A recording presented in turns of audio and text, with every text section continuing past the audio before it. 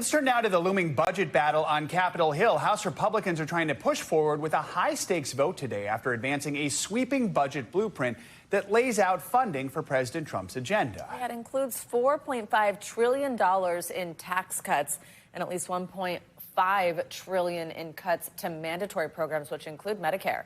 But not everyone is on board. Behind closed doors, Republican leaders have expressed doubts about the timeline for a vote, telling conference members last night that it could slip to later this week. That's according to one GOP source who was there. Meanwhile, Speaker Mike Johnson has appeared cautiously optimistic.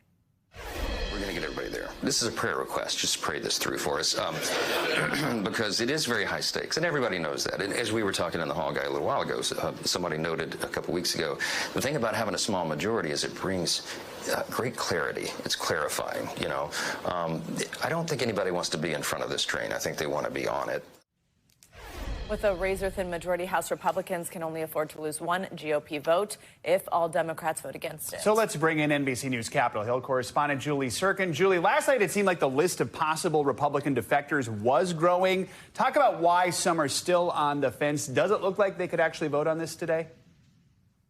It's a great question, and it's a good thing House Speaker Mike Johnson is a man of faith because he's going to need it today to get through this potential vote tonight. He left the Capitol last night being cautiously optimistic. That's after he met with members from different sides of the caucus, Republicans who are moderate members, Republicans who are more on the conservative end. And the problem for Mike Johnson, we've seen this movie before, is that everybody wants different things, and he only has a one-seat majority. You got some moderates who want Johnson to promise them that he will not touch Medicare, Medicaid, food stamp benefits that are so crucial to their constituents. When they're making those cuts, it's really a hard bargain, and it's hard to imagine how they can cut anywhere close to $1.5 trillion, $2 trillion, which is their ultimate goal, without touching those key programs that millions of Americans rely on. Then you have conservatives, for example, Thomas Massie, who is a deficit hawk. He walks around the Capitol with this little debt clock pinned to his lapel. He is an automatic no. So Johnson can't lose anyone beyond Massie to pass this budget resolution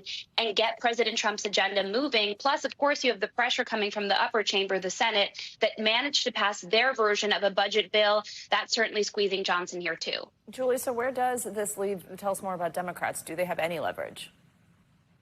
Well, honestly, essentially not, especially because Republicans are in control of the House. They have a 4-seat majority in the Senate with J.D. Vance, the vice president, able to break any tie. And, of course, you have a Republican in the White House. So where does that leave Democrats? Essentially just to message on these issues. And that's exactly what they're going to do. Today at noon, they're going to take to the Capitol steps. It's a beautiful day outside here in Washington, D.C.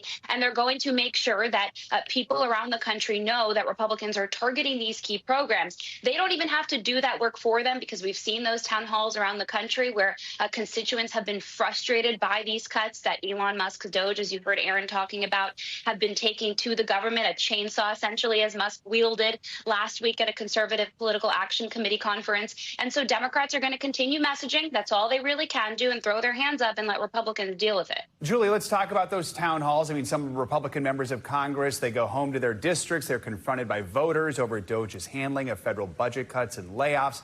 Let's play a moment from a town hall with Wisconsin Congressman Glenn Grothman, where things got pretty heated.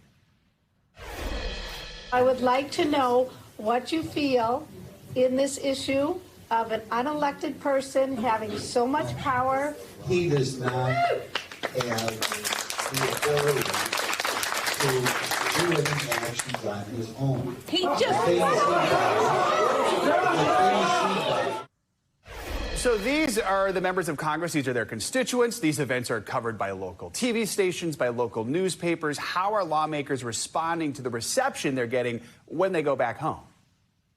Well, we saw some of them arriving last night, and they are frustrated. Who wants to get yelled at by their constituents, especially constituents who are conservatives? These are conservative red areas, not just in Wisconsin. In Georgia, we saw this happen. In Oregon, we saw this happen. The list really goes on. And then they come back to Washington, D.C., and they have to walk this tightrope of supporting President Trump's agenda, Trump making it very clear that they rode his coattails to the majorities in the House and Senate, Elon Musk threatening primaries. A lot of them are up in 2 years. And so this is a really serious issue for them. There's a group of Republicans in the House who are going to go to the White House today.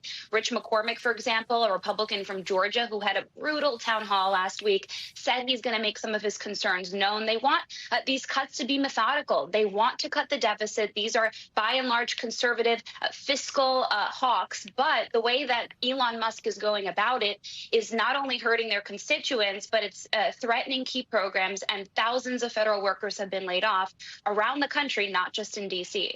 All right. Julie Tsirkin, thank you so much. Thanks for watching. Stay updated about breaking news and top stories on the NBC News app or follow us on social media.